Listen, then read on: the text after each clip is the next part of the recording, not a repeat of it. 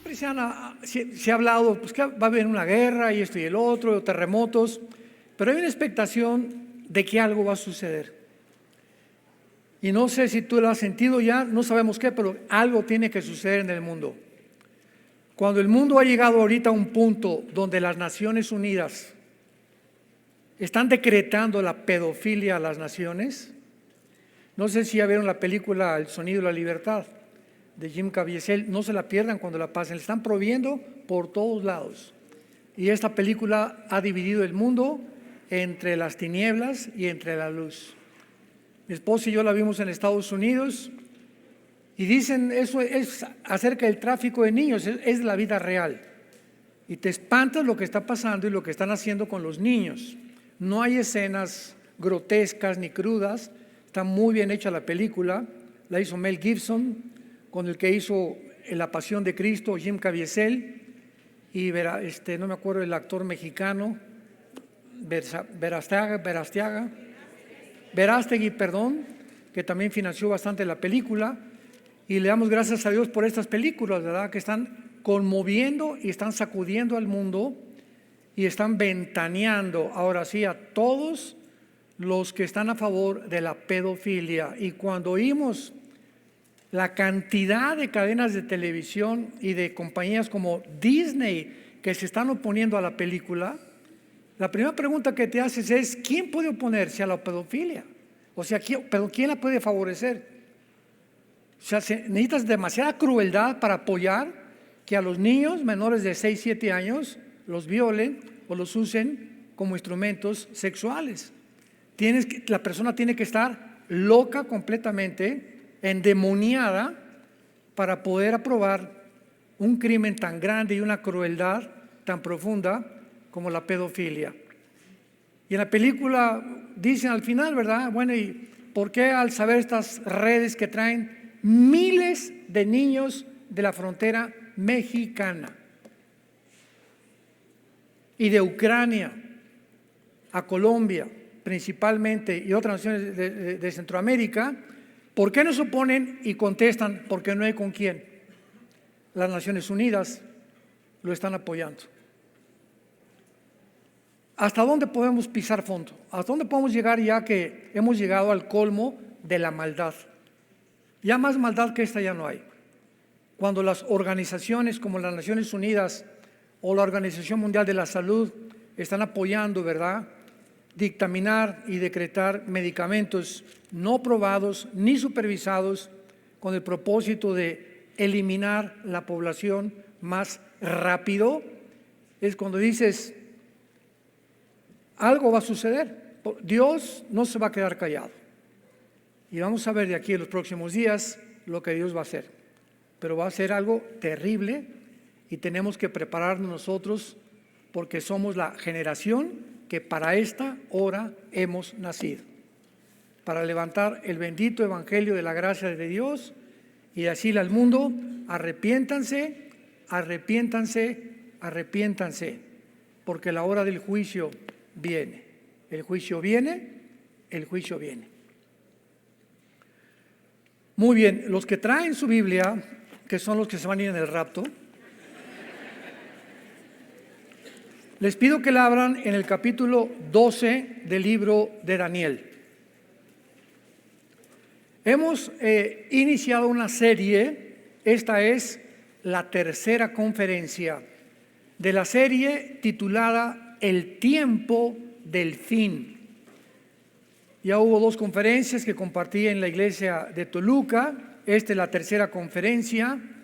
Y yo les recomiendo de veras que consigan, vean, están en YouTube gratis, la puedes ver gratis en YouTube, para que puedas tú comenzar a entender claramente en los tiempos en que vivimos y más que nada es una ayuda teológica, escatológica, principalmente a todos los estudiantes serios, dedicados, perseverantes en la palabra de Dios. El libro de Daniel termina en el capítulo 12 y en el capítulo 12 rápidamente voy a hacer un resumen. Comienza diciendo el primer versículo que es la clave. En aquel tiempo se levantará Miguel, el gran príncipe que está de parte de los hijos de tu pueblo, y será tiempo de angustia, cual nunca fue desde que hubo gente hasta entonces. Pero en aquel tiempo será libertado tu pueblo, todos los que se hayan inscritos en el libro.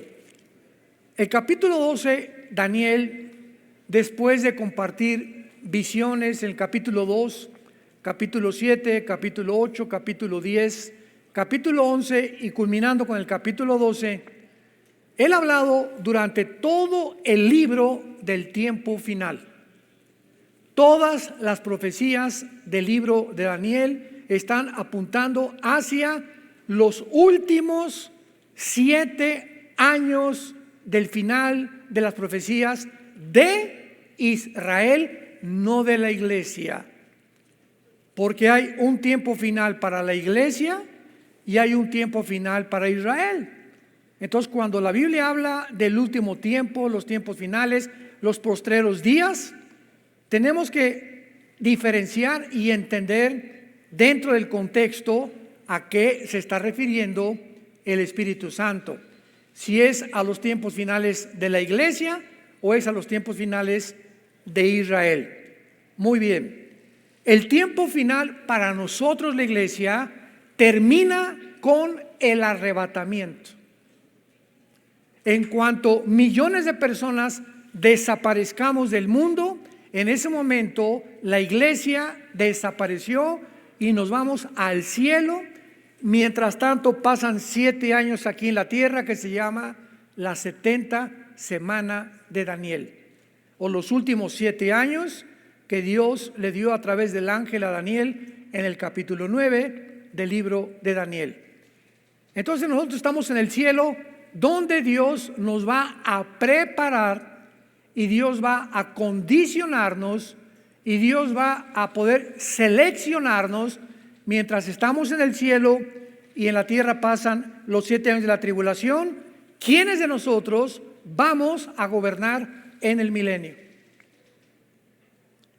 Entonces va a ser una prueba tremenda allá arriba. Dice 2 Corintios 5 el apóstol Pablo que vamos a ser responsables de todo lo que hicimos mientras estábamos en el cuerpo. Desde luego desde el momento de la conversión, porque todo lo que tú hayas hecho antes de ser convertido, traficante de drogas, prostituta, transgénero, borracho, parrandero, jugador, abortaste 10 veces, no importa lo que hayas hecho antes de convertirte, estás sepultado en el océano. Ya no hay nada del pasado que Dios tenga contra ti ni contra mí. Es desde el momento de nuestra conversión que comienza a contar nuestras obras, las que hayan sido motivadas por el amor a la iglesia de Jesucristo, por el amor a la verdad, por el amor a la predicación de la palabra. Entonces es importante porque cuando dice en Daniel 12, en aquel tiempo, esta palabra tiempo es Enrique, T de tío, H, apúntalo ahí en tu Biblia. Por eso siempre les digo, dichosos los que traen su Biblia, o si no, apúntalo ahí en tu mano, no sé, un pedazo de papel, pero por favor ya tómale amor a la palabra. Esta palabra es una de las palabras que se usa para el tiempo que se traduce en el griego kairos, o sea, es el sinónimo en el griego de kairos. ¿Cuál es el tiempo kairos? El tiempo específico. Lo explico. Hay 2 tiempos en la Biblia de Dios. El tiempo cronos, cronológico, de enero, febrero, marzo, abril, mayo. Agarras tu calendario 2024, voy a hacer mi agenda cronológicamente, voy a decir qué hago en mayo, qué hago en junio, etcétera, etcétera. Ese es el tiempo cronos. Pero el día de tu cumpleaños es un día especial de todo el año, ¿correcto? Ese día es kairos. El Día de las Madres es un día especial para ellas, aunque todos los días deben ser Día de las Madres, es el tiempo kairos. En Navidad el 24 es un tiempo especial donde aprovechamos para ganar almas y para hablar de Cristo y darnos regalos, es un tiempo Kairos. Entonces el tiempo Kairos es un momento específico escogido por Dios. Cuando Cristo nació, Gálatas capítulo 4, en la consumación de los tiempos, Dios levanta a una mujer, María, para que nazca su hijo. Cristo nace en el tiempo Kairos, en un momento especial de la historia. Entonces cuando dice Miguel, en aquel tiempo, Miguel está relacionando del versículo 40 del capítulo anterior de Daniel al versículo 45, donde Daniel 11, 40 al 45 se está hablando de las últimas guerras del anticristo. Y el anticristo entra a la guerra cuando los primeros 3 años de la tribulación no va a haber guerra. Va a ser un tiempo supuestamente de paz, va a firmar un tratado, les va a permitir a los judíos reconstruir el templo, pero exactamente cuando el anticristo entre al templo judío, al lugar santísimo, y ponga en el lugar santísimo para los judíos la abominación desoladora que Daniel menciona, que significa una imagen de él. No sé si va a ser de inteligencia artificial, o va a ser un robot, o va a ser algo que pueda manifestar y claramente que parezca que tiene vida, pero cuando él ponga esa imagen, desde ese momento comienza la persecución más cruel, más sanguinaria de toda la historia contra los judíos y contra el pueblo cristiano que en aquel tiempo se haya convertido durante la tribulación. Entonces cuando dice Miguel, en aquel tiempo, está hablando exactamente de los últimos 3 años y medio de la tribulación. ¿Me van siguiendo? Muy bien. Ahora veamos algo importante antes de pasar a corroborar esto, que esta frase que se usa en el libro de Daniel, se usan 2 frases, por favor apúntenlas, estudiantes de escatología que les interesan las profecías bíblicas. Hay 2 frases en todo el tiempo de Daniel que se tradujeron el tiempo del fin o los postreros días. La primera es Ketz, con Q de queso, U, E de Enrique, T de tío, S de Samuel. Ketz, así como suena. Y después E de Enrique, T de tío, Et, que fue traducido el tiempo Kairos o el tiempo del fin, o sea, un tiempo específico.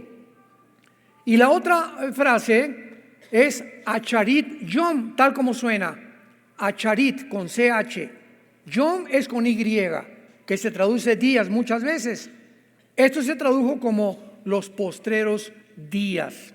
Muy bien, vayamos rápidamente al libro de Deuteronomio capítulo 4 y veamos en el versículo 30 que ya se había profetizado que Israel iba a atravesar en el futuro un tiempo de tribulación, o que se conoce también en Jeremías 30 como tiempo de angustia para Jacob. Dice Deuteronomio 4, versículo 30, cuando estuvieres en angustia, les dice Moisés, le está hablando al pueblo de Israel, y te alcanzaren todas estas cosas, observen, si en los Acharit Yom, si en los postreros días, o sea, si en el tiempo del fin, el tiempo del fin para Israel, ¿cuándo es? En la gran tribulación. ¿Cuándo es los postreros días para Israel? En los 7 años de finales de la tribulación, donde nosotros no vamos a estar. Si en ese tiempo de angustia, en los postreros días, te volvieres a Jehová tu Dios y oyeres su voz, porque Dios misericordioso es Jehová tu Dios, no te dejará, ni te destruirá, ni se olvidará del pacto que le juró a tus padres. Aquí hay una promesa para Israel, que hay muchos judíos durante los últimos días del mundo, de la gran tribulación, donde la iglesia ya no va a estar, y va a haber un avivamiento tremendo, y van a morir como mártires, de acuerdo a Apocalipsis 7. Vio Juan a todos los mártires de la tribulación. Dios le dice a los judíos que todos los que se conviertan en la tribulación van a formar parte del reino milenial. Entonces, no todos los judíos se van a salvar, como tampoco no todos los gentiles se van a salvar, solamente aquellos que hayan puesto su confianza en Jesucristo. Veamos esto en Isaías capítulo 26, que es otro pasaje que nos habla claramente acerca de esta promesa de Dios. Isaías 26, versículo 20 y 21. Anda, está hablándole a Israel. Anda, pueblo mío, entra en tus aposentos, cierra tras ti tus puertas, escóndete un poquito por un momento, en tanto que pasa la indignación. ¿Qué indignación está mencionando aquí Dios? Porque he aquí que Jehová sale de su lugar para castigar al morador de la tierra por su maldad. Escúchenlo, directores de las Naciones Unidas.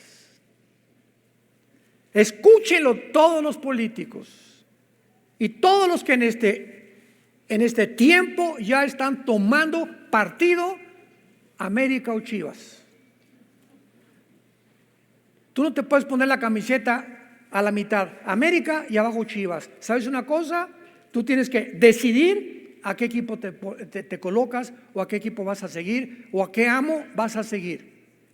Y este es el tiempo impresionante que una película como esta del El Sonido de la Libertad haya causado tal conmoción en el mundo, que todos comienzan a preguntarse, las televisoras cristianas, todos los de la derecha, ¿verdad? Todos los que estamos del lado de la familia, de la ética, de la moral, de los mandamientos de Dios, de que estamos en contra de todo lo que no es más que dos géneros, y los que están en contra, y se están levantando compañías, te repito, como Disney, compañías de coches, compañías televisoras, de radio, partidos políticos. No pasen esa película, inmediatamente se colocan, ya se pusieron la camiseta, estamos a favor de la pedofilia.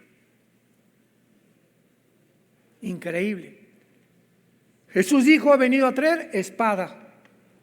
Y nunca como ahora la humanidad está siendo dividida, donde ya nosotros claramente estamos viendo quién es quién por la forma que apoya a ciertas tendencias en el mundo actualmente. Y eso es lo que va a determinar tu futuro eterno. Anda, pueblo mío, entra en tus aposentos, escóndete mientras que pasa la indignación, porque Dios va a castigar al morador de la tierra por su maldad contra él. La tierra descubrirá la sangre derramada sobre ella, más de 15 millones, 20 millones de abortos. ¿Escuchaste? Más de 15, 20 millones de abortos. Se legalizó el aborto en 1973 por el Tribunal Supremo de Estados Unidos. Es impresionante que haya habido más muertos que en una guerra mundial de niños. Y sigue siendo el objeto de Satanás ahora, echar a perder a una criatura, traumar a una criatura, violar a un niño de 8, 5, 6 años de edad, como en la película. Eran niños menores de 8 años. Y los venden como si fueran prostitutas, como si fueran mercado, como si fuera a 5 el kilo de aguayón. Impresionante.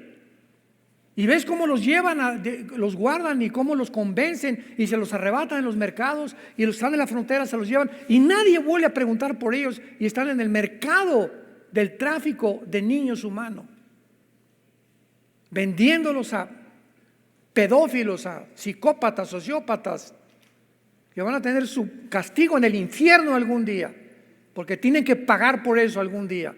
Esas personas ya no son humanos. Escucha esto, ya no son animales. Aquí estamos el humano, aquí está el animal. Nunca un animal viola a un bebé. Un perro nacido, un león, un leoncito, jamás. Estas personas han descendido un nivel más bajo que los animales. Ya no son animales, son monstruos. Es la palabra y el término que los puede definir, monstruos. Porque se han deshumanizado completamente.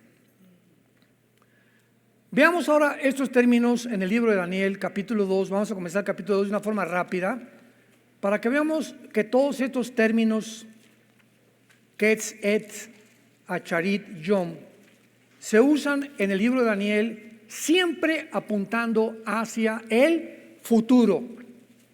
Dice Daniel 2, versículo 28.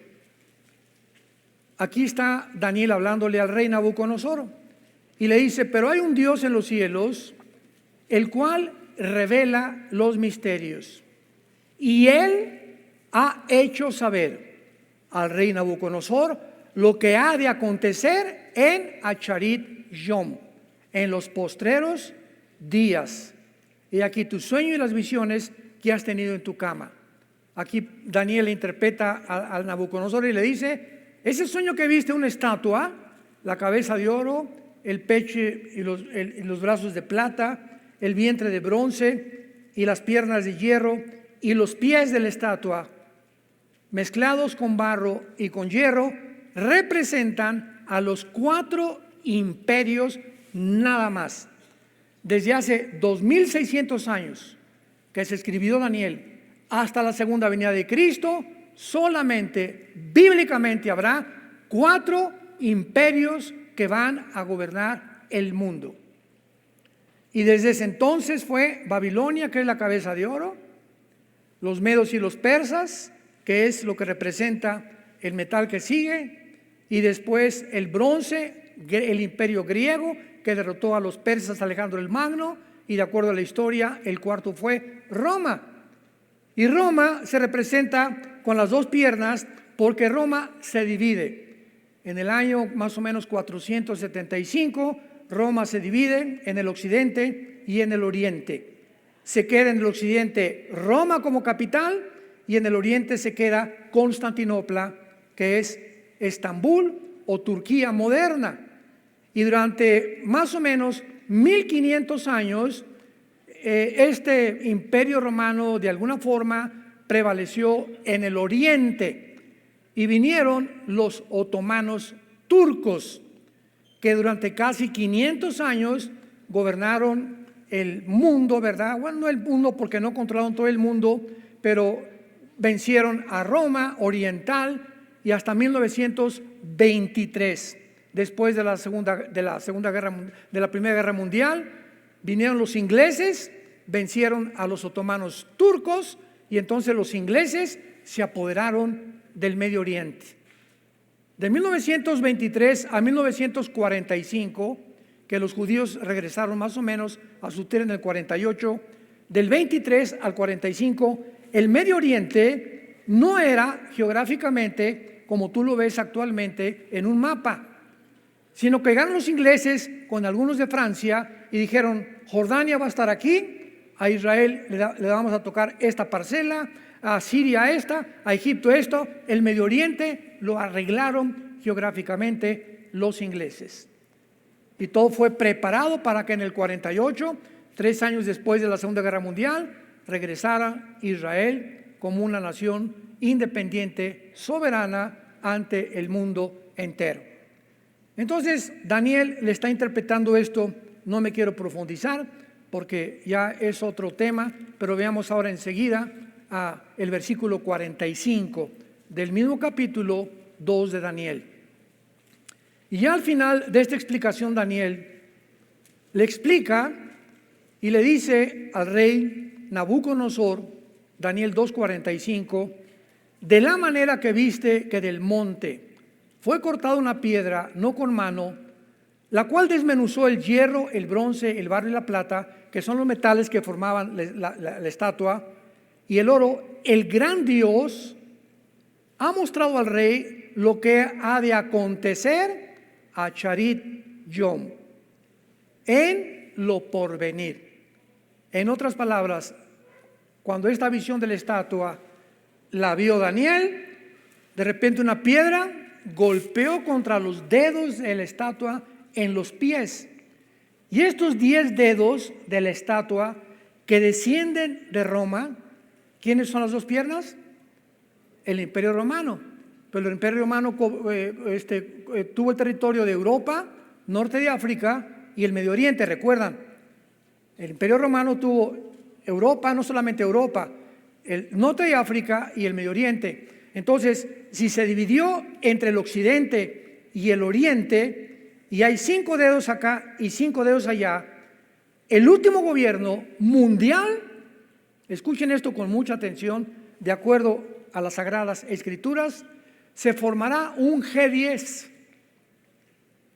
Cuando oigamos que se reúnen 5 naciones del Medio Oriente y 5 naciones de Europa para formar una confederación política de 10 naciones, no es hasta que esta confederación se forme que de una de ellas saldrá el cuerno pequeño, que en Daniel 7 se le llama el anticristo. Así que es inútil especular que el anticristo es fulano de tal, que es el papa, que es el príncipe de España, que es por acá, que es el rey de Inglaterra. Es inútil estar con estas hipótesis y especulaciones que no tienen ningún sentido. El mundo no va a conocer ni va a saber tampoco quién es el anticristo, y gracias a Dios, porque yo no lo estoy esperando él, estoy esperando al Mesías. Y nadie aplaude. Estamos esperando a Jesucristo, gloria a Dios. Ven Jesús.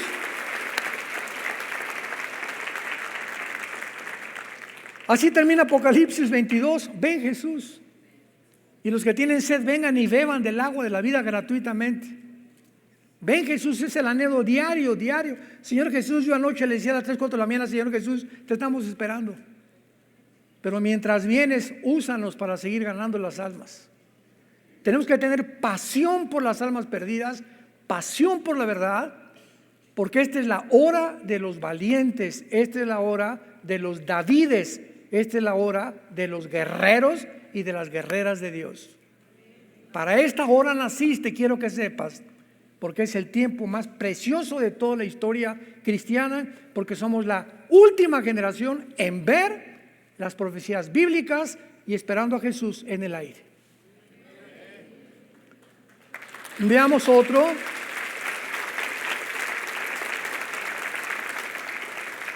Daniel 8, versículo 17.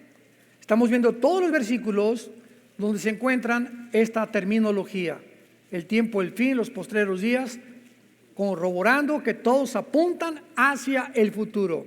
Daniel 8, versículo 17. Vino luego cerca de donde yo estaba, y con su venida me asombré. Aquí está Daniel relatando a Gabriel que se le aparece y baja del cielo para estar con él.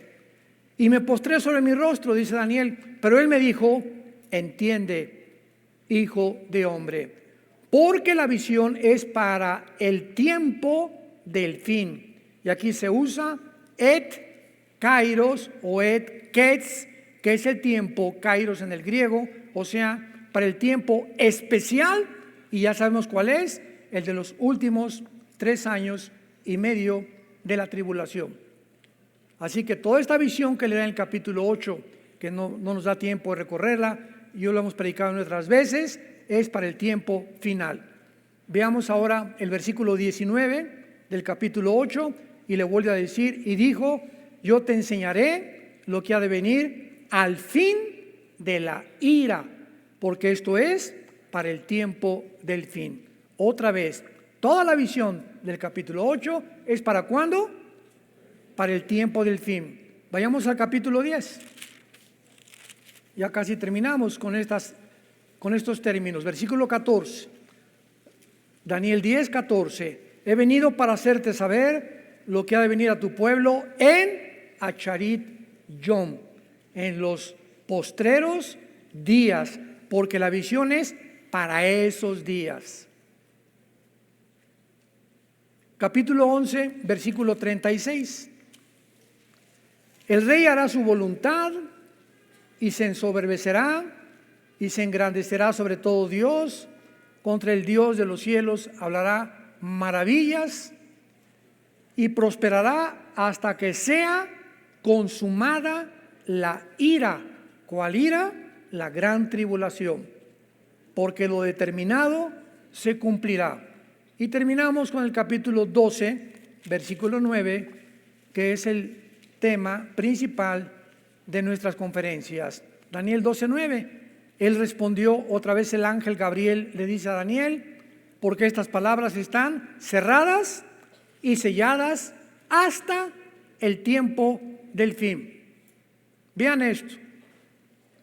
Todas estas visiones de Daniel no se podían comprender ni se podían entender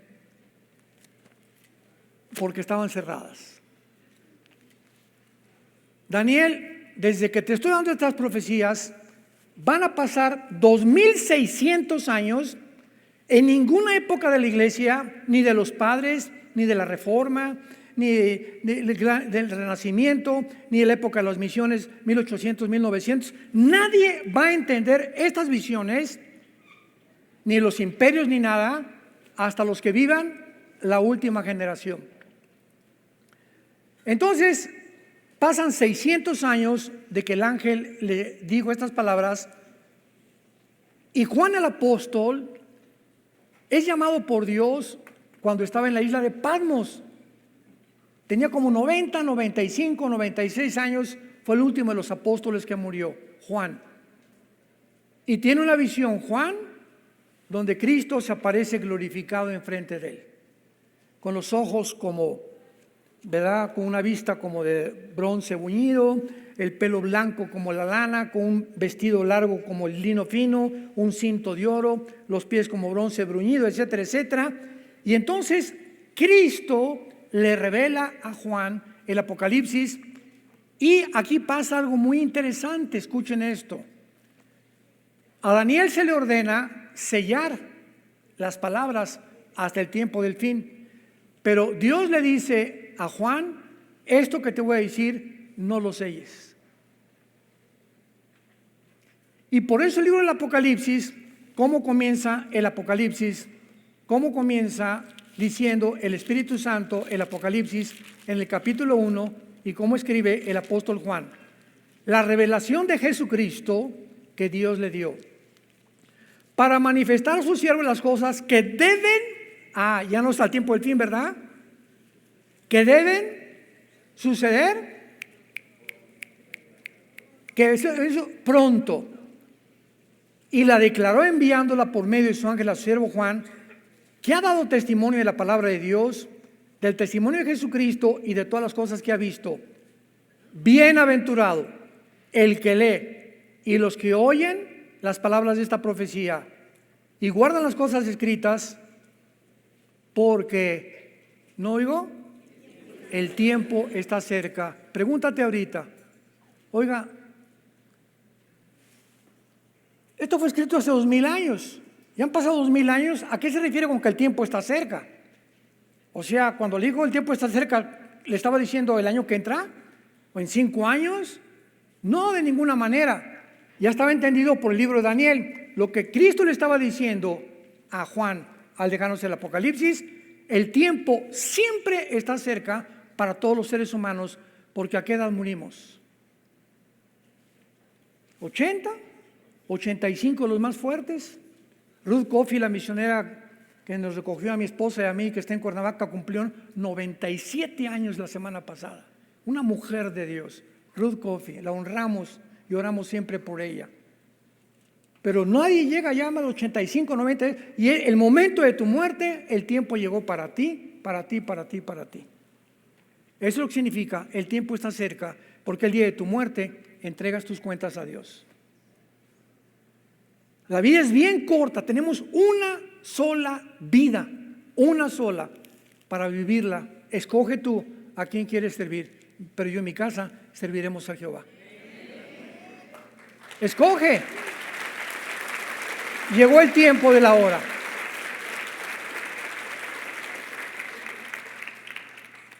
Muy bien, ahora veamos, regresamos al libro de Daniel.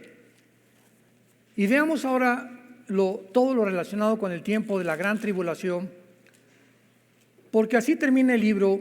En aquel tiempo está relacionándolo con los últimos 5 versículos del capítulo anterior. El ángel, en aquel tiempo, ¿cuál tiempo? ¿Cuál tiempo está hablando? Un tiempo específico. Se levantará Miguel.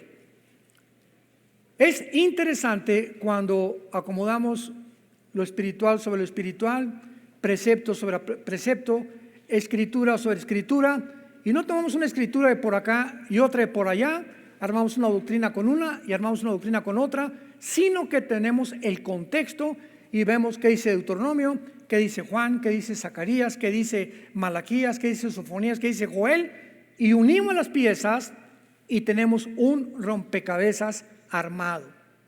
Y así es como se traza la palabra de Dios.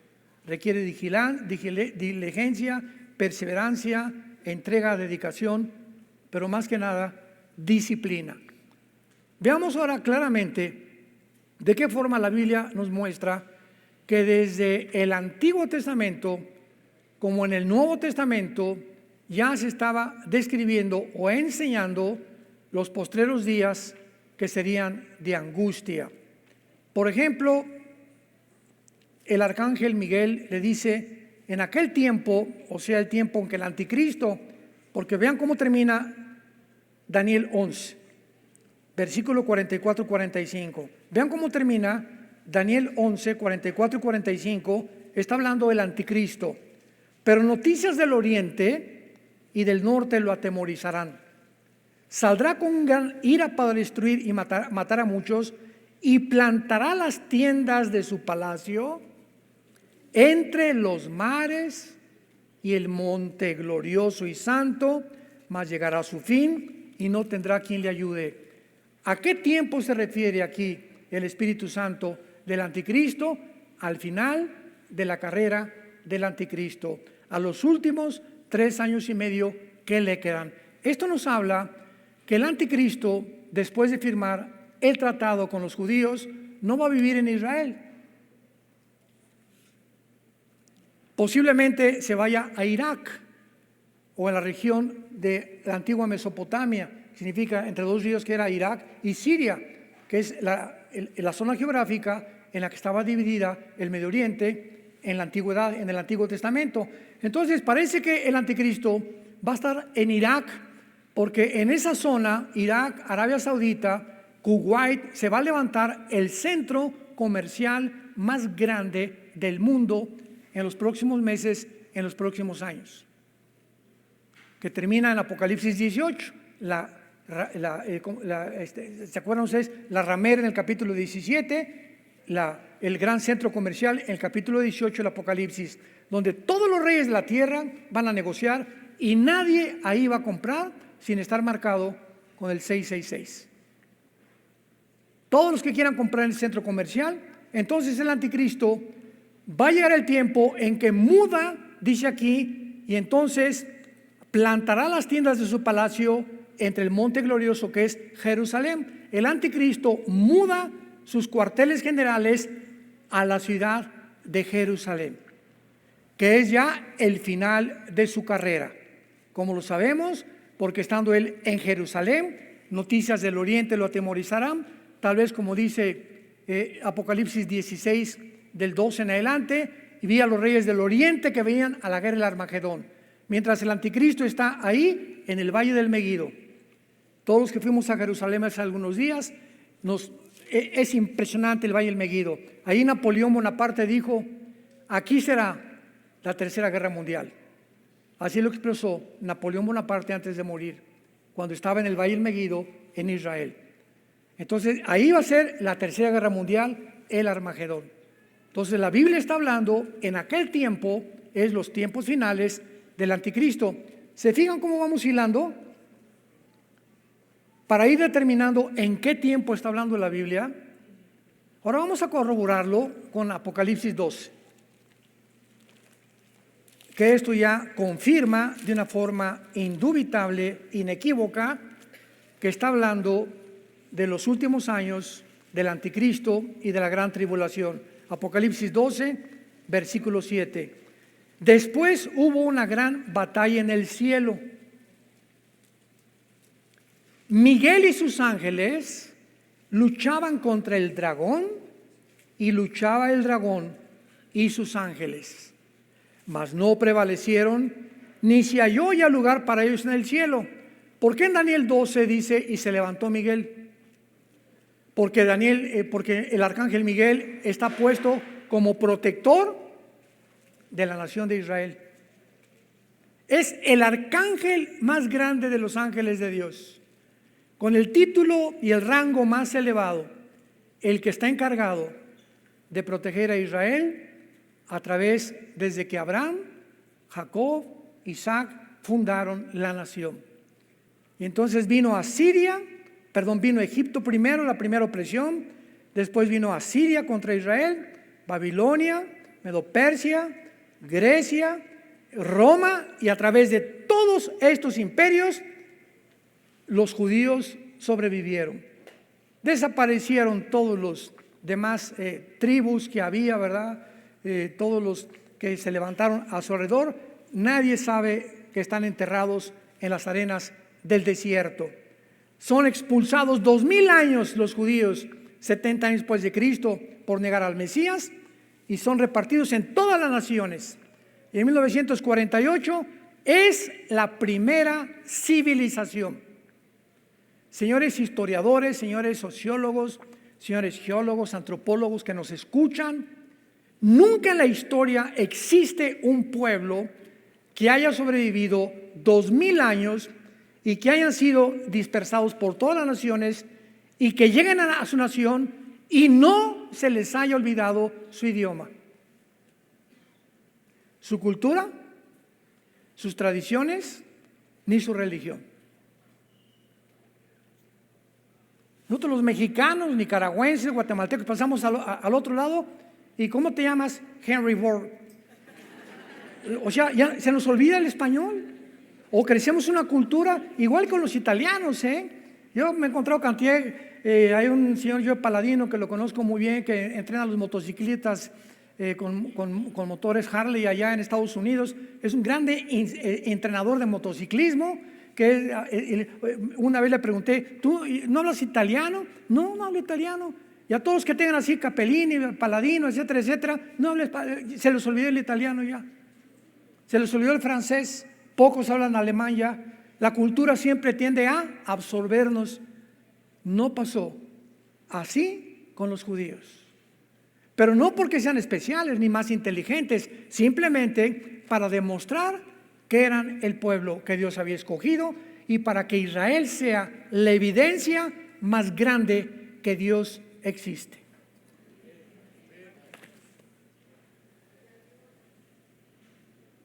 La nación de Israel es la evidencia más grande que Dios existe. Y no estoy diciendo Dios ama a los árabes igual que a los judíos. Dios ama a los palestinos igual que nosotros. Dios ama a los iraníes. Dios ama porque no hay acepción de personas. Simplemente escoge un pueblo para que los ojos del mundo estén atentos a lo que está pasando y vean de qué manera nadie ha podido destruirlos. Llegan en el 48, al otro día los rodean y los quieren matar. Viene la guerra del 56, la guerra de 1967, junio, la guerra de los 6 días de 1967, donde 5 naciones árabes dirigidas por Nasser, el expresidente de Egipto, se reúnen para extirpar, aniquilar, destruir al pueblo judío y echarlo para siempre al mar Mediterráneo.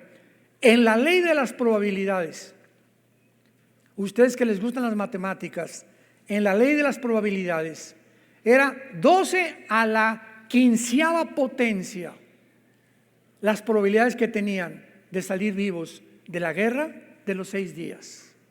¿Qué estoy diciendo para hacer una comparación? Ahorita somos aproximadamente como 2000 personas aquí, que nos rodee un ejército de 50,000 soldados. Y aquí tenemos 50 rifles. No estamos rodeados 50,000 soldados, pues vamos a rendirnos. ¿Qué probabilidad tenemos de salir vivos? Ninguna. Eran las probabilidades que tenían los judíos de sobrevivir. ¿Qué pasó? Hay un Dios en los cielos que yo los he escogido para que el mundo sepan que yo enloquezco la sabiduría de los sabios. Y no es con ejército, ni con caballo, ni con fusil, es con mi espíritu, dice el Señor, para que la gloria sea a Él. ¿Se dan cuenta?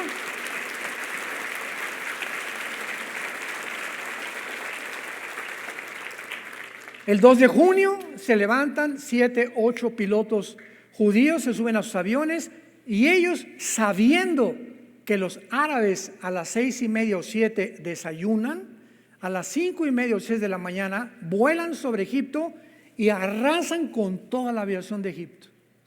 Ni un solo avión dejaron. Se fueron sobre Siria, se fueron sobre Egipto. En 3 días, las 5 naciones árabes no tenían un solo avión. Qué grande es, Señor. Una vez que ellos dominaron el aire, era más fácil dominar la tierra. Bueno, a los 6 días nada más duró la tierra, estaban en la península del Sinaí, reconquistaron la ciudad de Jerusalén y tomaron las colinas del Golán y la franja de Gaza y el banco oriental que es Cisjordania, en menos de 6 días. Adivinen por qué terminó en 6 días. Porque el séptimo tenían que descansar. Parecía una ironía, ¿no? Bueno. Y porque el arcángel Miguel está de parte de ellos. Y va a llegar el final en la gran tribulación, donde después hubo una gran batalla en el cielo. Y está hablando del tiempo del arcángel Miguel de Daniel 12:1. Es la misma batalla. Se levantó el arcángel Miguel, el que está de parte de los hijos de Israel, y fue tiempo de angustia. Es el tiempo que estamos viendo en Apocalipsis 12.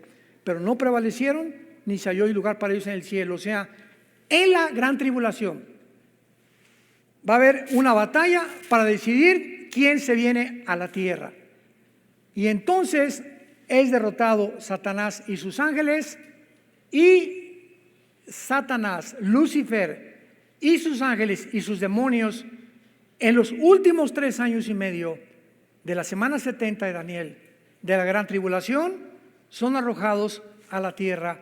Si ahorita hay maldad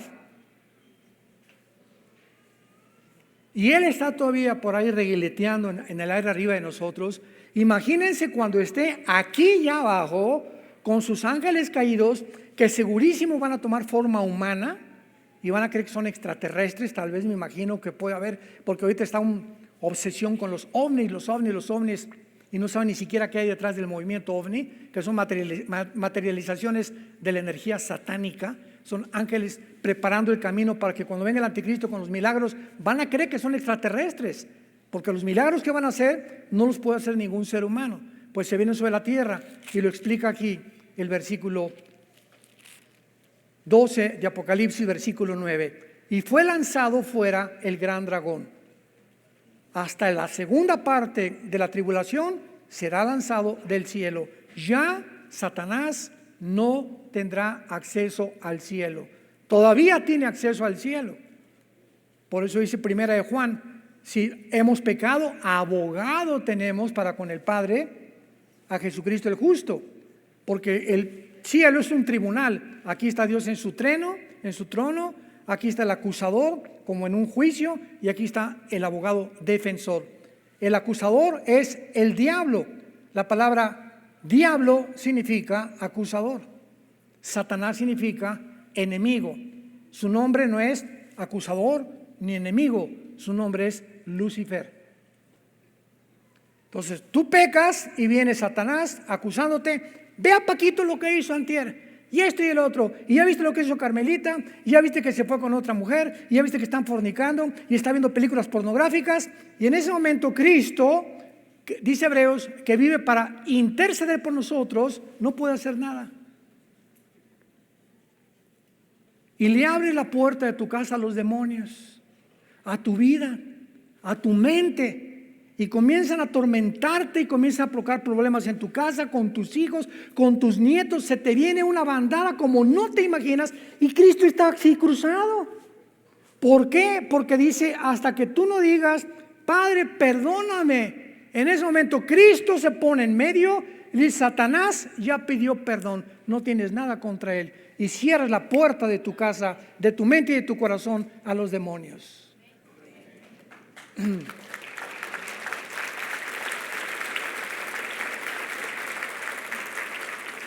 Hermanos, ¿han entendido ustedes la guerra espiritual ya? En la que estamos enfrascados. Ten cuidado cuando pecas. El que esconde sus pecados no prosperará. Si tú escondes lo que tú has hecho y no lo has confesado ni te has arrepentido, no puedes prosperar y Dios no puede meter las manos de lo que te pase. Mas el que los confiesa y se aparta, alcanza misericordia. Dice primera Samuel capítulo 5, a muchos hombres esconden sus pecados y a otros se les descubren después, porque no pueden quedar ocultas las malas obras ante aquel ante cuyos ojos estamos abiertos y desnudos delante del Padre. A Dios nadie se puede burlar de él. Y si los confiesas, la sangre de Cristo nos limpia de todo pecado. ¿Por qué la corta vida? ¿Por qué? Escúchame.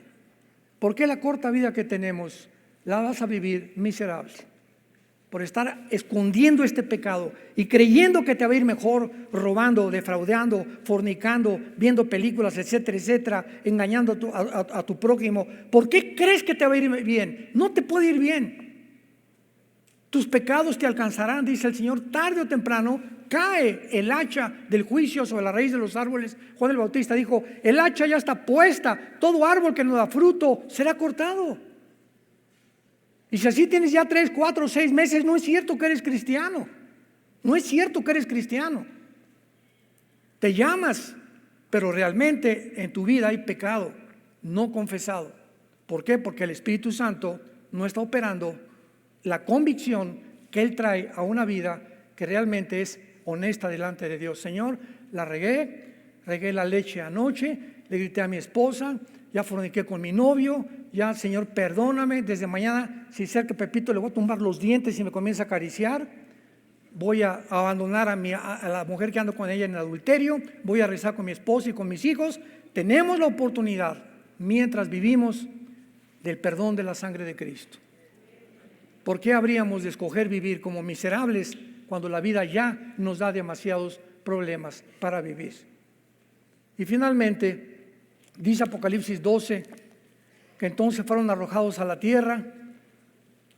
Y oí una gran voz en el cielo, versículo 10, que decía, ahora ha venido, ahora estamos en la gran tribulación, la salvación y el poder y el reino de nuestro Dios. Y la autoridad de su Cristo, porque ha sido lanzado fuera el acusador de nuestros hermanos, el que los acusaba delante de nuestro Dios. Cada cuando nos acusa Satanás, día y noche, dice primera de Pedro, el león como león rugiente, el diablo como león rugiente anda buscando, como un león desesperado por comida, está esperando una debilidad tuya, cualquier cosa que tú estés haciendo, pensando, para lanzarse y destrozar tus pensamientos, comenzarte a producir locura, que pierdas la brújula, ya no sabes qué es bueno, ya no sabes qué es malo, y puedes llegar a lo que dice Romanos 1, a tener una mente reprobada. ¿Qué significa una mente reprobada? Una mente que ya no discierne entre el bien y entre el mal. Y el mundo actualmente vive mentes reprobadas.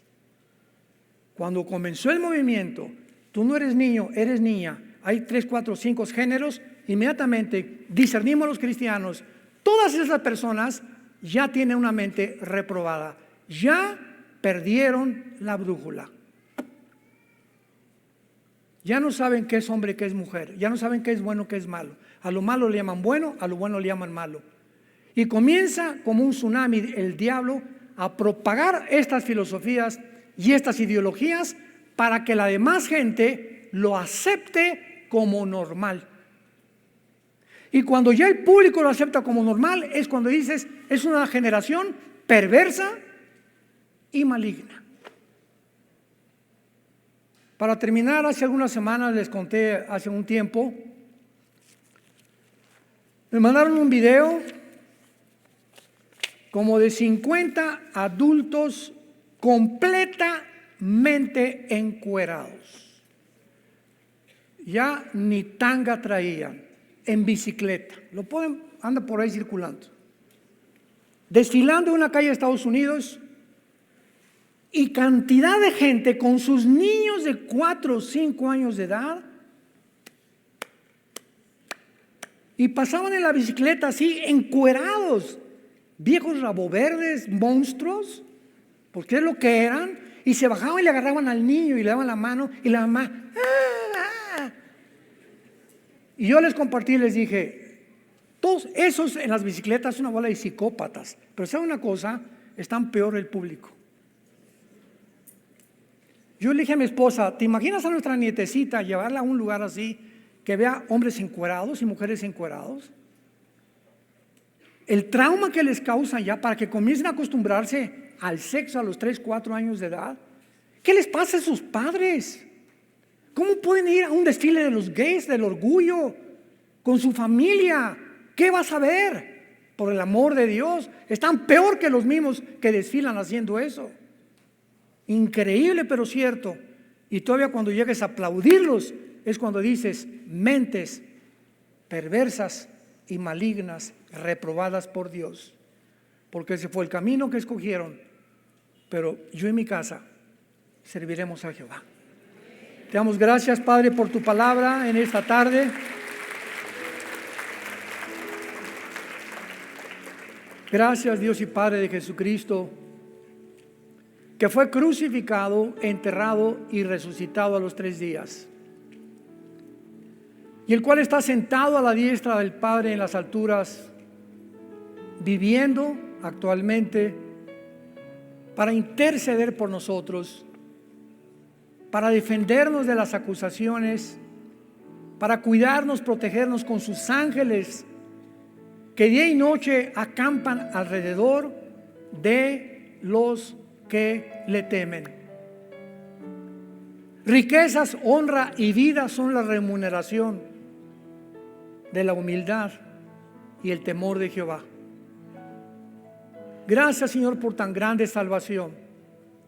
Es la hora de levantarnos, de despertar ante el mundo que nos rodea, que se está pudriendo a nuestro alrededor. Ya huele a basura donde quiera que volteamos. La humanidad como loca, y millones de personas aprobando las cosas que son ya en contra de la misma lógica, en contra de la misma razón, en contra de la misma ciencia, en contra de la misma biología. El mundo enloquecido. Es un mundo desarticulado.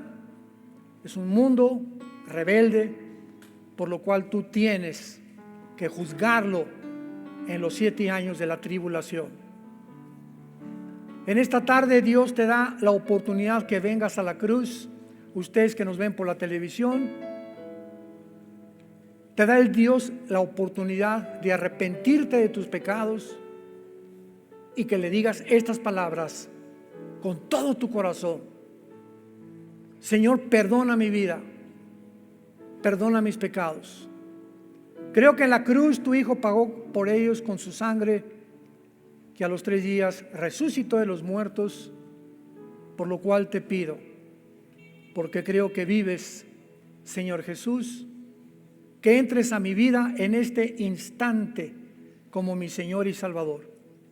Te recibo dándote gracias por tan grande salvación, porque cuando muera moriré en paz, sabiendo que he sido perdonado, no por nada que haya merecido, sino por lo que tú hiciste en esa cruz, en mi lugar. En el nombre de Jesús, amén.